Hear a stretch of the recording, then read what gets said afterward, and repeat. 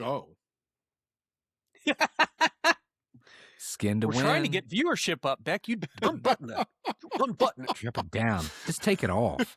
Come on. What if I just unbuttoned this one? There it is. They will watch for the full 30 to 40 seconds on those clips if that's the look. That's how we get Just them. pull it back. You're the villain in the new Conan movie. Just pull it back a little bit.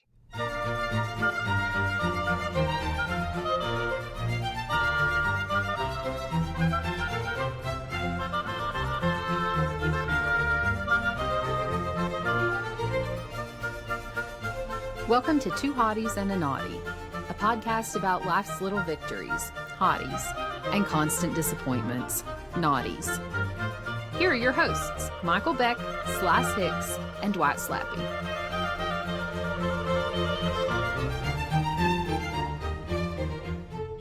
Welcome to Two Hotties and a Naughty. I'm Michael Beck. I'm Hicks. And I'm Dwight Slappe.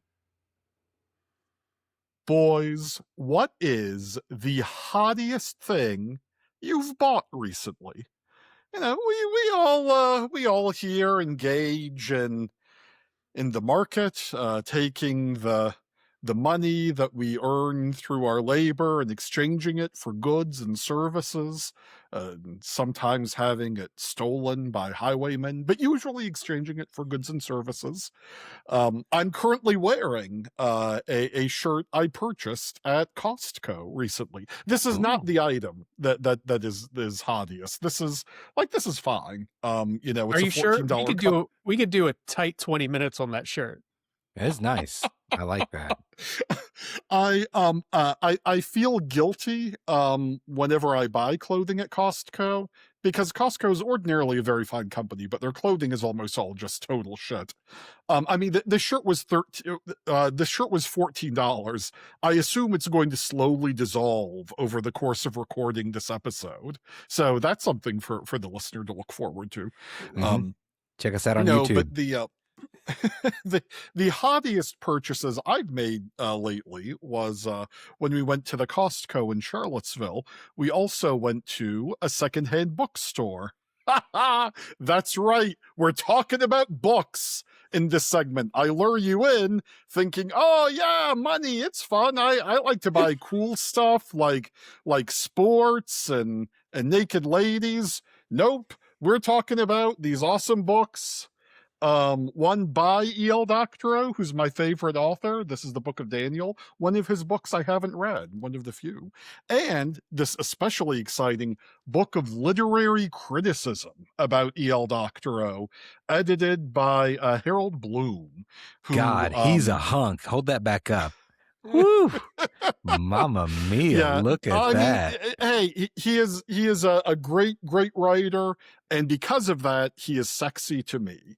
That's all that matters. That's nothing gets me going quite like the late E.L. Doctorow posing in front of a bridge. What's that bridge? What's the significance of the bridge? I got to know. The bridge, I assume that this is one of the bridges to the island of Manhattan. A lot of Doctorow's writing is around, set in and around New York.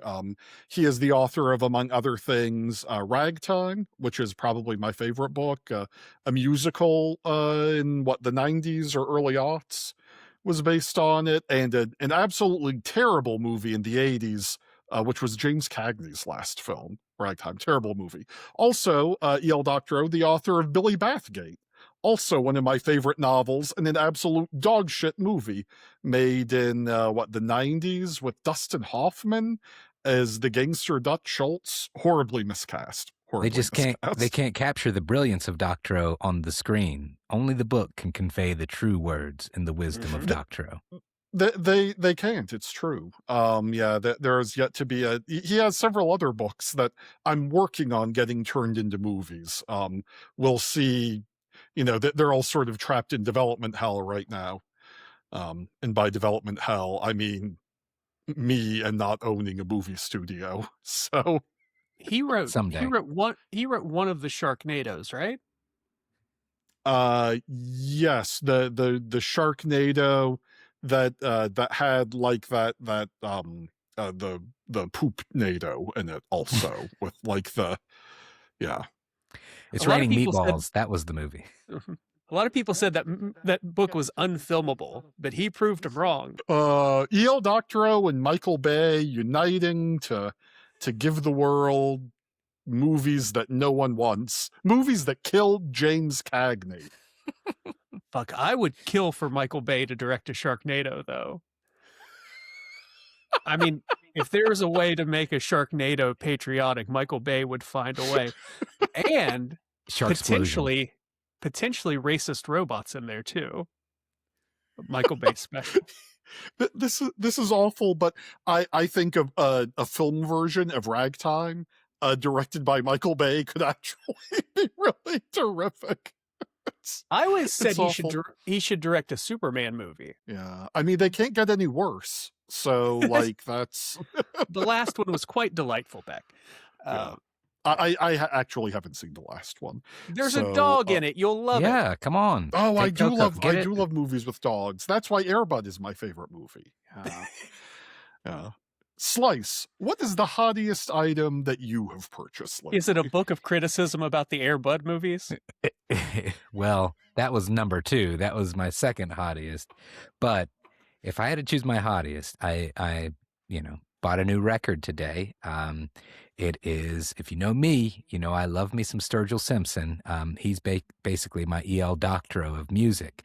But he has his alter ego, if you will, his Chris Gaines, so to speak, Johnny Blue Skies. And Johnny Blue Skies, and he released this album, and it's called Mutiny After Midnight.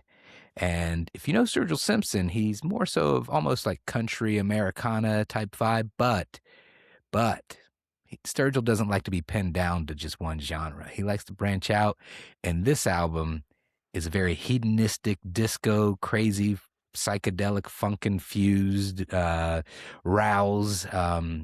It's pretty wild. The first track on the album is called "Make America Fuck Again," and that's right. Right out the gate, Johnny just says, "You know what? Let's kick this shit off," and it is fun. It is a lot of fun. And here's what he did too. You know, a lot of the times you see album leaks. He said, you know what? 2 weeks early, he just said, fuck it, enjoy. He posted on Instagram and said, here's a link. Go to Instagram or go to YouTube. You can listen to the whole album right here. So he leaked his own album. He's doing this really cool thing right now where you can't listen to it on Spotify or anywhere else, stream it, because to support like local record shops and everything, you can only buy it physically right now on vinyl, CD, and cassette. So yeah, it's just a really fun kind of thing. For about 4 or 6 weeks from now, I think he's actually going to release it on streaming services. But a lot of great lyrics, a lot of just. I'm sure Sullivan is probably, our producer Sullivan is likely picking that one up as well. But yeah, just a lot of fun for Sturgill, or Johnny, my bad. Now, Slice, you mentioned that this is purchasable on cassette. Yes. What the fuck is wrong with us? Why is anything being sold on cassette? Dude, Walkman are back and everything. Like it's a wild ride. Time is a flat circle, and here we are again. We're right back into Jesus Christ. So the young people out there walking around, listening to their Walkmans, wearing their powdered wigs, apparently, like this is. I mean, have you seen terrible? Have you seen the way they dress? We're really, literally back at like the mid to late 90s, early 2000s. It's just, it's a vibe. I'm it makes me feel young again, so I support it. You guys keep rocking those Jenko jeans and living it up. Drinking their Coca-Cola that contains cocaine. Right. Ridiculous. Their Orbits or whatever that had the little balls in it. Their Sobeys. Oh God, what I wouldn't give for a strawberry milk Sobe right now. There are Orbits that had little balls in them. Remember that? Orbits? They have like little things in there, that clear drink. Was it like boba before we knew what boba was? Yeah, but I'm sure it had like highly toxic, like carcinogens and stuff in there. Orbits drink. Here, I'm looking it up right now. Nobody's gonna. Oh, there they are. Yeah. Yeah, these are magical. You guys don't remember This is those? a very specific point in time. The 6 months True. where orbits were a thing. Oh, it was 96. How did I know that was going to be a clearly Canadian beverage? Yep, it just totally gave clearly Canadian Yeah. vibes. Gotta So build like that wall. this is in Crystal Pepsi like time. Right, There yeah. was a this lot is of after crazy Crystal stuff Pepsi. happening. This is Yeah, after Crystal Pepsi was like Pepsi. 93, I think. 92, 93. Okay. It's a big difference. 3 years back. Yeah. Technology I took mean, a giant leap. We won the Cold War and bestrode the narrow world like a colossus. And And you know then what else made a we lot won? of very exciting advancements in clear soda pop. It was You know what very else we won? exciting. The 92 Olympics basketball competition with the Dream Team, baby. I remember many games watching the 92 Dream Team, drinking my Crystal Yes. Pepsi. I know this is very relevant to all of our listeners out there. They are going to eat this up, but it was a good time. That's when I peaked. I peaked at 11. It's actually funny you bring up the 92 Dream Team because Michael Jordan lost $9,000 gambling on the outcome of this program a couple of weeks Oh. ago. Ooh. Yeah. He guessed something would be a hottie when it ended up being a naughty. Yeah. Oh, man. Yep. That seems irresponsible. If he did a little bit of research or called one of us, I could, I'll throw the Fix could be in. podcast for a little cash. Oh, yeah. 100%. Oh my There are no God. bylaws here that will ban me permanently if I make a little cash on the side. You won't make the podcast Hall of Fame, but, maybe posthumously, but, Did you see that one of the probability markets, where it's not one of the betting sites, it's that there are 2 new probability there's like markets. that- Kashi and Kashi Polymarket. and- Yeah. yeah, Or something. Yeah. but Oh, sorry. Polymarket's the one I go to in my free time, but yes, there continue. were tens of thousands of dollars bet on the day that we would bomb Iran. Mm-hmm. Oh yeah. I It's did see real that. fucked up. Yeah. Real fucked up. And they're not paying Yeah. it out. They're not paying it Oh. out. And Hell there's going to no. be a lawsuit. And I can't wait to see the names on the lawsuit. Mhm. Yes. Imagine that a bookie isn't paying out. What? Oh yeah, this is. Oh Jesus Christ! Well, there are no hard laws on insider trading within the gambling community. So, I mean, the only people that would have bet that much money are people that knew. So it's definitely people in the Of administration. course, yeah, no, it's definitely the assistant secretary of anything really. I don't know what any of them do anymore. They're all secretary of war now. I think that's. Oh, Hexeth is one of them for sure. Oh, 100%. You don't go and spend billions on steaks and chairs and not bet on the first day we bomb Iran. So. Oh, so grim. Which is a great transition to Dwight talking about his most exciting purchase. Steaks and chairs. Yes, well, yeah. The last thing I bought some pork belly for my girlfriend Leanne. Does that it was That's pretty hot. Yeah, pre-packaged at that's Kroger? They don't really carry fabulous. that often, so I bought that. But before that, my answer was going to be physical media as well, and Slice just bought some. But I'll talk about their Queen. I like how I started the show with physical media, but that doesn't. No. Specifically, I was going to talk about music, but you're right. The fact that mentally I did dismiss you already. You were already gone. And I'm talking about things that have been produced in the last couple months. I'm not even talking about that because it's a remaster. That's how much I've compartmentalized you and put you to the side. I'm talking about Queen has done a complete remaster of their second album, Queen 2, which is my favorite title for a second album, Queen 2. The band was always really unhappy with the mix. And as a listener, I was always really unhappy with the mix because it's kind of dingy and dark. And there's a weird balance to it. But Brian May and Roger Taylor, the surviving members of Queen that still dabble in the music industry, have worked really hard over the last, I guess, year to completely do the album again. And I'm really excited. That was a pre-order that I've paid for, but they've released one track on Spotify. They've redone Seven Seas of Rye, and it sounds so much better.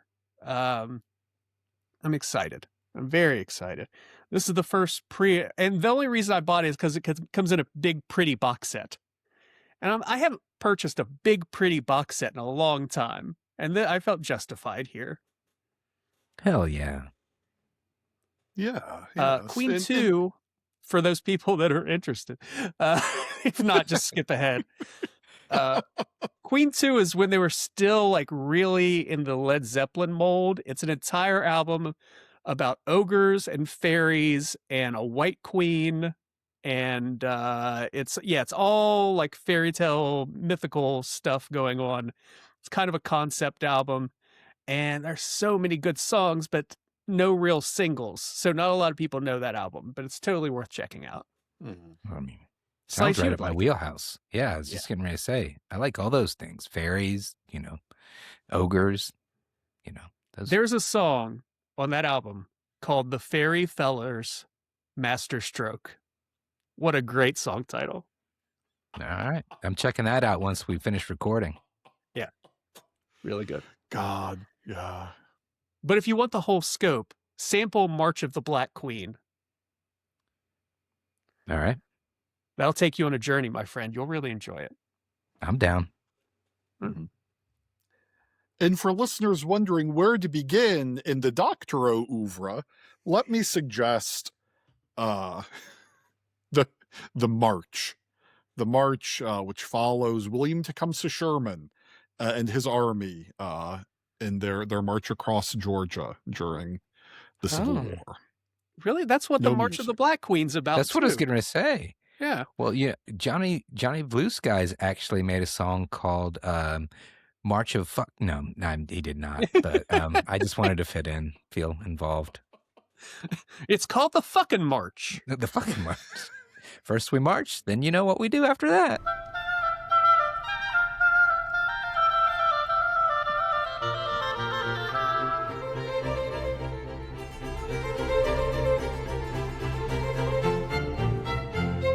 Welcome back. All right. So, depending upon when you're listening to this, if you're listening to it anywhere remotely close to the release date, St. Patrick's Day is either tomorrow, today, or happened recently.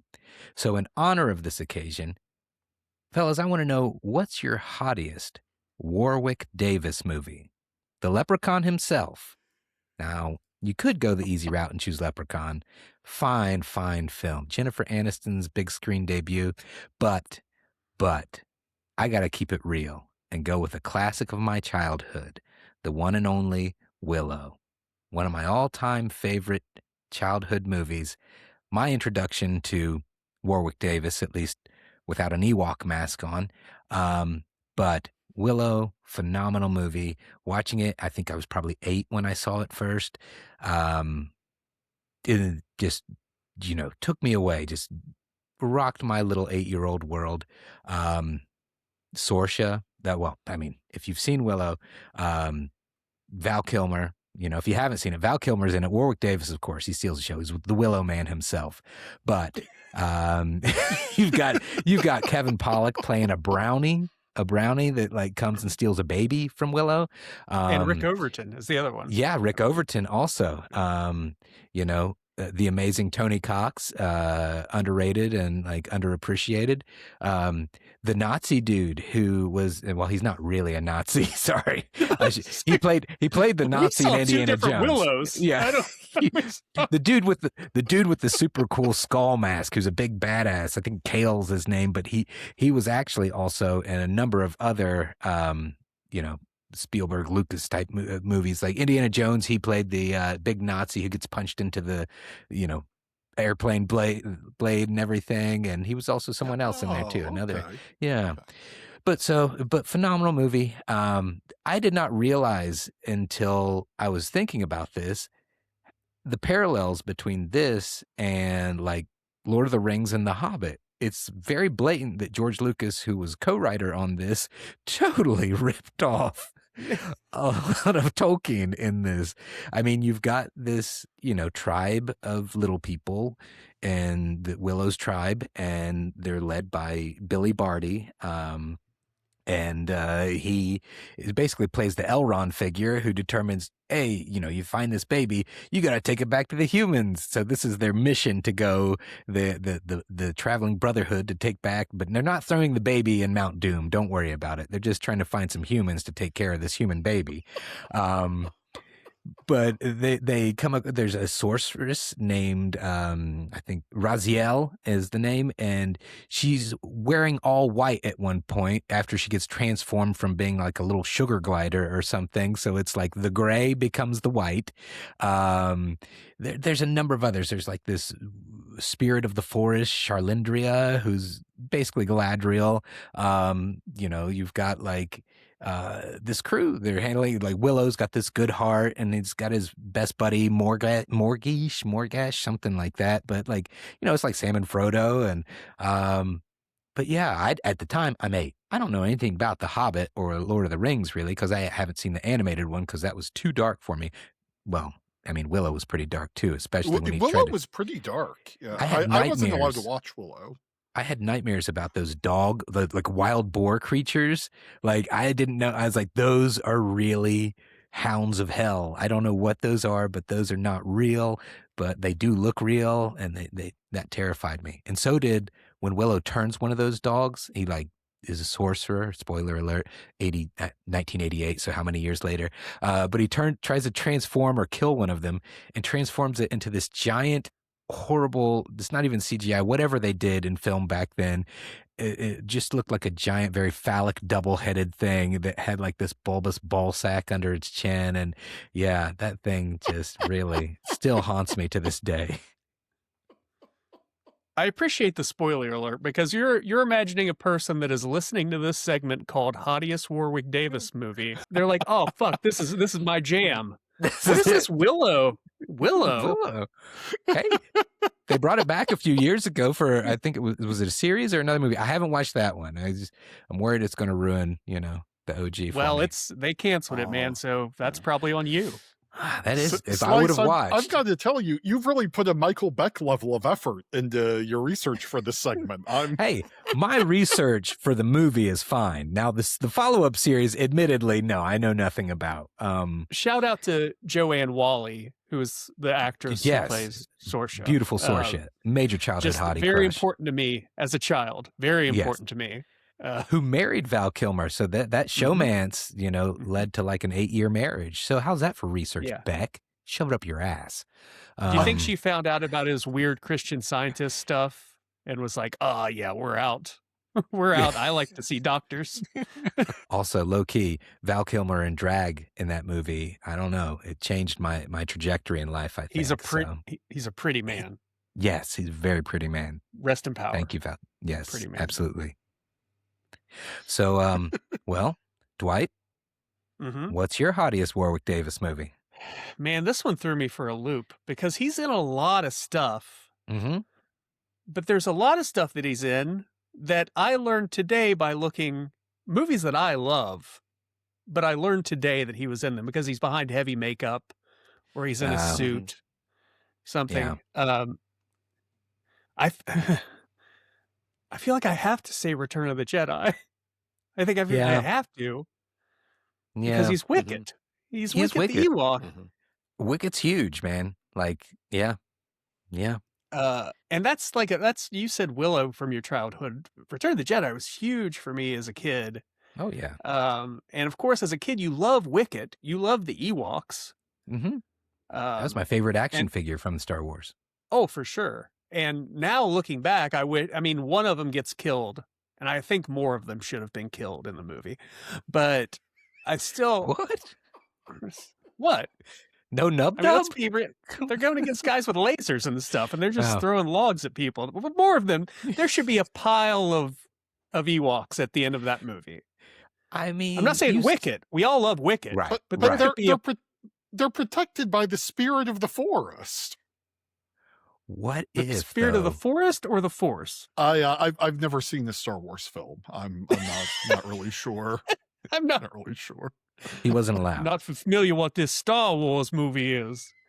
But Jedi, I think it feels like Jedi was on TV the most when I was a kid.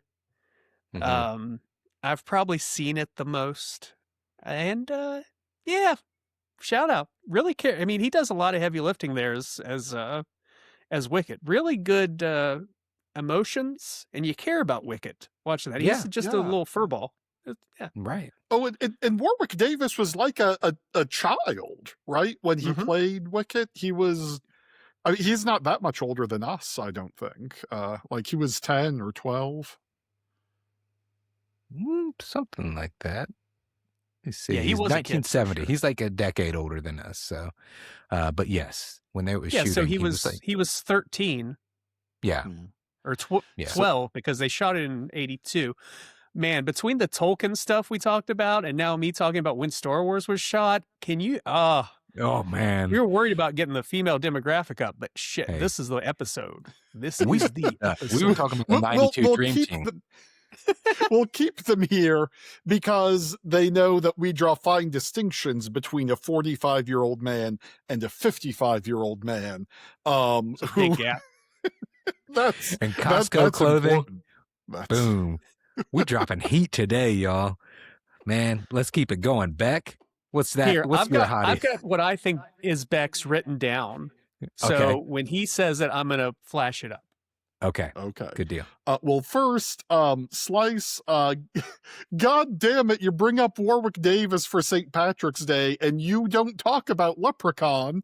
And Slice and Dwight, the other one of my friends, whose name escapes me.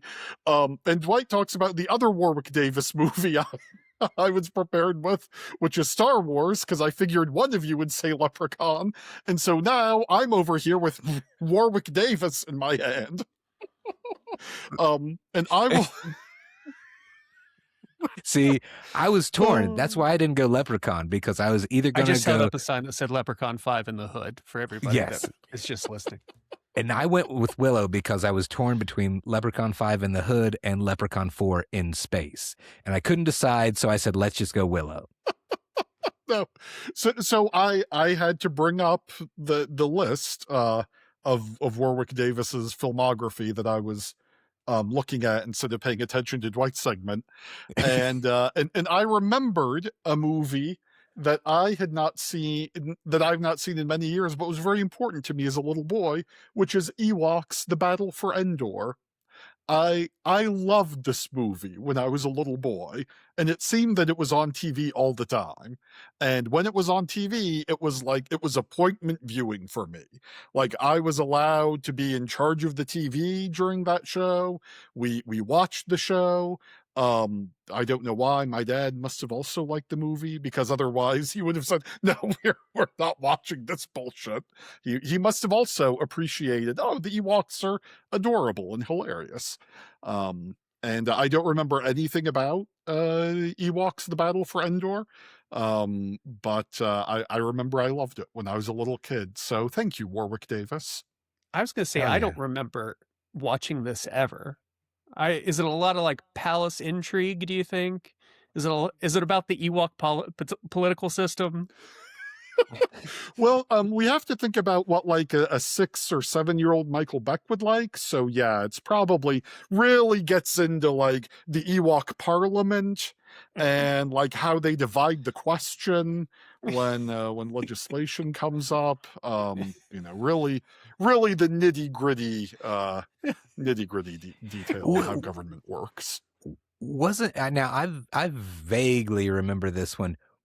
Wasn't there like more like magic and fantasy involved in this one? Because wasn't there like this sorcerer woman in it or something who could like transform into a bird or like disappear? I don't know. Maybe I'm not. That's Lady Hawk. That's Lady Hawk. plus Willow. Okay. You're combining those two movies together. Oh, okay. Man, Okay. I wish Warwick Davis was in Lady Hawk. That'd be sweet. Are you guys sure? Okay. I can I've never seen underline it. what I said earlier, that I remember nothing about this movie other than that it existed, It meant a and lot that at I the loved time. it when I was a little Okay, that's kid. fair. That's not going to stop either of us from gaslighting you, Slice, and telling you that you're wrong. And then now I'm going to have to go watch it and Lady Hawk tonight and see which one I'm It's thinking. definitely of. Lady Thanks Hawk. a lot, guys.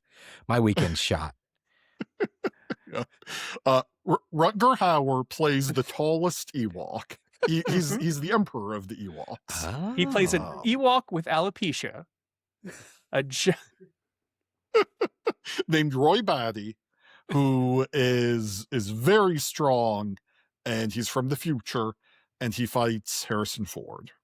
And then he has sex with a bird. Mm.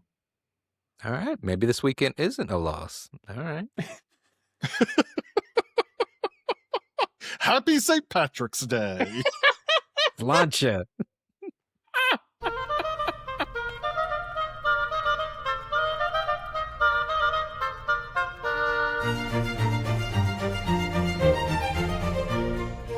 So the naughty this week is, what's the naughtiest thing someone would find in your house if you suddenly died? What's the thing that you wouldn't have time to get rid of? That isn't my browser Something- history. Somehow. Or Slugs, the that's thing specifically what I'll be killing you for, to get access to your browser history. I need it. Mine is something without context would be very confusing for people. So I'm going to hold this up for our YouTube friends. This is a pillow that says "Dwight, you ignorant slut" on it, and a mutual friend of ours got this for me after I had a stint in the hospital. And it was a very awkward exchange because I was handed the pillows. There are two of these. Do they both say "Dwight, you ignorant slut"? They say the exact same thing. Yes. Yes. Both of them. Excellent. All right. The person thought it was such a good gift. And I was like, oh, all right. Yeah, I got a place to put those. Like the SNL bit. I get it. And that person had no clue what I was talking about. And I guess it's from The Office. I don't watch The Office. So there's a character named Dwight in The Office. If you guys know this, it's crazy. It really pisses I me know off. there's a character named Dwight. I don't know where the line comes from. I guess Michael Scott says this to Dwight Schrute at some point. But I was talking about Saturday Night Live, which Jane, you ignorant slut, is famously from. Yeah. And she was talking about The Office, and it was a real who's on first situation for a long time. Neither of us understanding the reference. So when I came up with this topic, I just imagined someone digging deep in my closet and finding not one, but two of these custom-made pillows that say, Dwight, you ignorant slut. Maybe it was a misunderstanding because the one you were holding up at the time was the one from The Office, and the other one was a reference to SNL. Maybe, or you could treat it that way at least. That's your SNL pillow you're holding. Just a direct comment on my lifestyle. Well, It could be. that's the go-to. That's true. Yeah. I've yet to But see you're not that ignorant. See, that's it. But that's See, how I you're not knew it ignorant. wasn't about me. I'm not ignorant. I'm a lot of things, Right. but I'm not ignorant. I mean, and dare I say, I wouldn't really say that our Dwight, the Dwight we know and love so well, not TV Dwight. I wouldn't really describe you as living the throw pillow life. In general, I see you more as like sort of, a sleek, modern look for That's your couch. right. Real or Spartan. Chesterfield. Yeah. Now, I will say before, speaking of like the throw pillow types, this evening I just got back from a 5-year-old's birthday party, and a gift that we gave him was a throw pillow for a 5-year-old boy. And because this boy is very special, and one of the things that he's obsessed with is the one and only Danny DeVito. And so we got him. Yes, this guy rules, and he loves Danny DeVito. And we got him a throw pillow that was one of these sequined throw pillows that you can swipe it down, and it's all one solid color. But then when you swipe up, it was Danny DeVito's face. Little did we know, like 7 other people got him the same damn gift. So he's got like 7 throw pillows of Danny so DeVito. he gets to sleep on a pile of sequined Danny DeVito faces. And he got a Danny DeVito blanket with Danny DeVito's face on it. He's just going to sleep in a mass of Danny DeVito. And he also got a fanny pack, but it was a Danny DeVito face fanny pack. So it was a Danny pack or a Fanny DeVito. Like, you take your pick. Yeah. Amazing.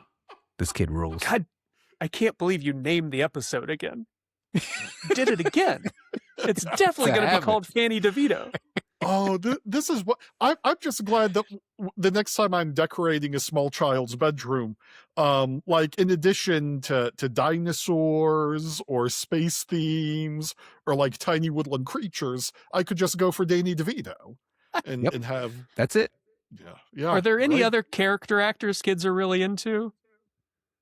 I'm sure there are, but not like this guy loves his Danny DeVito. It's amazing. When I first met him, I own a pair of Crocs, which could be in contention for the naughtiest thing that you would find in my house when I die.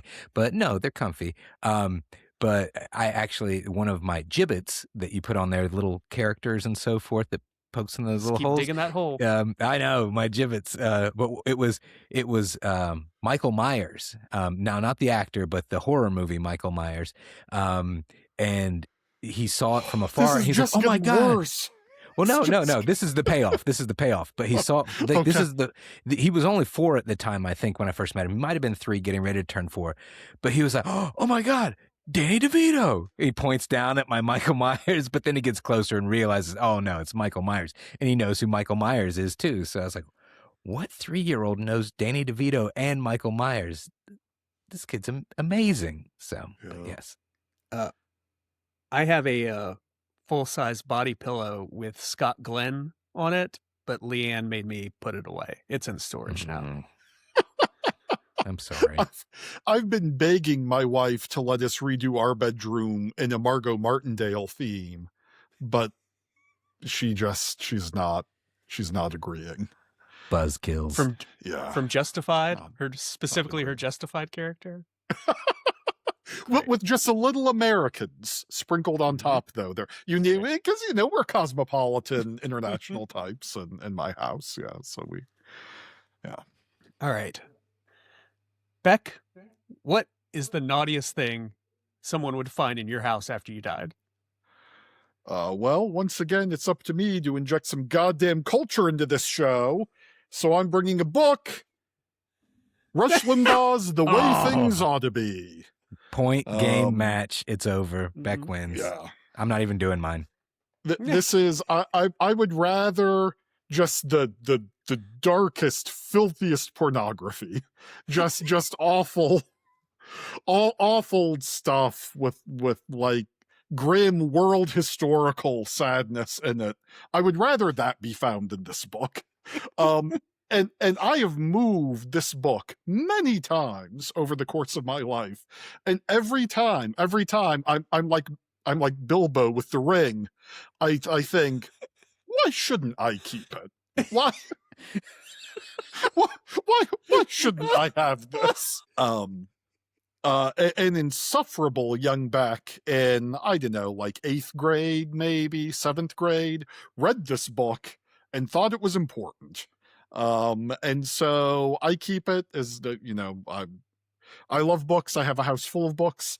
I keep this book to remind myself of when I think life isn't going in a great direction for me. I remind myself it could have gone more in this direction. Yeah, just a couple of clicks, and I could be one of those hysterical fascists making millions of dollars off gambling on war. What a horrible world that would be. Confession. I too read this book when I was in junior high. Dark days. Being raised by conservatives. Yeah. You thought Rush was funny because he made fun of people and you were very immature. And Yeah. it was a dark. My grandparents were so excited when they saw me reading that book one Christmas, reading it on Christmas, and then 2 years later, I was reading Howard Stern's second book and Al Franken's first book at Christmas, and they were just very confused at what had happened. Where did he go wrong? I do have somewhere Al Franken's book, Rush Limbaugh's a Big Fat Idiot, which That's is the one. which is a very fine rejoinder to this book, and they sit next to each other on the shelf. Yeah. The thing I remember about the Al Franken book is it taught me what LexisNexis was. There's a lot of LexisNexis material in there before we had Google. Slice, I mean, that's a tough hill to climb. Can you beat? I mean, I'm not going to top it. I'm just going to say right now that I'm not going to top it. Now, I am going to top my earlier mention of Crocs with gibbets by a little bit. But it is in the same vein. Fellas, I own a pair of Ugg boots. Oh, God, the camera's going crazy. Oh, God. The camera quit. Bring me back. Bring me back. Bring me back. Okay, come back to earth. Yeah. The camera's like, we can't show this on YouTube. But anyways, as you can see from the Sherpa lining here at the bottom, this is in fact an Ugg boot. Yeah, I know. It's not one of those chunky like pumpkin spice latte types. Has a little nice, branding there. This is more the Tom Brady type that I had here. Yeah, guys. See, you got the little sun thing. These are from Uggs Australia. I got these in like the mid 2000s because Autumn had hers, and I was like, man, those look so warm, and I wouldn't have to tie anything. I hate tying things. I could just slide my feet right in those bad boys and go on the move. And yeah, I got them, and then I became very self-conscious and just had to make sure I wore long pants that would cover up the back that said Ugg. And yeah, but I still have them like 20 years later because, yeah, they were, the most expensive pair of boots I'd ever bought at the time. And it was a very, why shouldn't I have them moment? And I refused to get rid of them. They still fit. There's still some life in that Sherpa. Yeah, maybe I do crave a little pumpkin spice action now and then, and I want to just go down to Dunkin' and live up my dreams, okay? I'm a basic boy. What can I say? Basic white boy. So help fill me and maybe some other listeners in. So are Uggs, are these lady shoes? Is that what the... Yes, Uggs have this stigma of being like this very trendy, like, basic white girl boot that like just very much like, let's go get some pumpkin spice lattes at the Starbucks. It's pumpkin spice season and everything. And not to offend anybody, but that's pretty much the connotation. They look like Mega Man boots. Mine don't. They're a little more sleek model, but they look like Mega Man boots. Just to be clear, Slice has the cool Uggs. I've got cool Tom Brady Uggs, okay? Very sleek. Very nice. He's got cool Uggs and the hottest gibbets. Yes, I got those if you hot want jibs. Footwear, he's the guy to go to. Not Danny DeVito, but Michael Myers and Super Mario. I used to have a beer on there, but it fell off, as gibbets are prone to do. But now, I mean, those are pretty cool, but we do all have a friend who has Boba Fett Crocs. And I don't know if you'll ever have anything as cool as those. I won't, but my son Desmond has Squidward Crocs, and they are pretty amazing. They have a long nose that actually like protrudes out, and when he walks, it just shakes like one of the little door stoppers whenever you like pull it, and it goes boing. It just like, damn it, not again. Oh, Jesus Christ. Every time this happens, every time the camera zooms in on Slice's face, it's the highlight of the show for me. It's just Slice did boing and did his finger like this, and the camera decided, well, that's obviously pornographic. I need to get away from that. Zoom in so close you can't see his erection. Yeah. Oh, Coco. Oh yeah, Coco's checking Coco- out. Coco she's wants to had see enough. that boner, Slice. Oh, Slice's got a red rocket in there.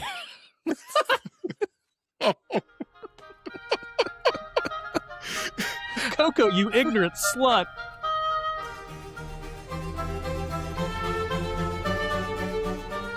That's it for our show. You can find us on TikTok, YouTube, Instagram, or wherever you get your favorite podcasts. We hope you have a great week. Thanks for listening. We love you. Thank you for listening. This has been Two Hotties and a Naughty, a podcast about life's little victories and constant disappointments, as hosted by Michael Beck, Slice Hicks, and Dwight Slappe. Editing and production by Michael Sullivan. Our theme is Handel's Entrance of the Queen of Sheba for two oboes, strings, and Continuo allegro, as performed by the Advent Chamber Orchestra. Crystal Howe speaking.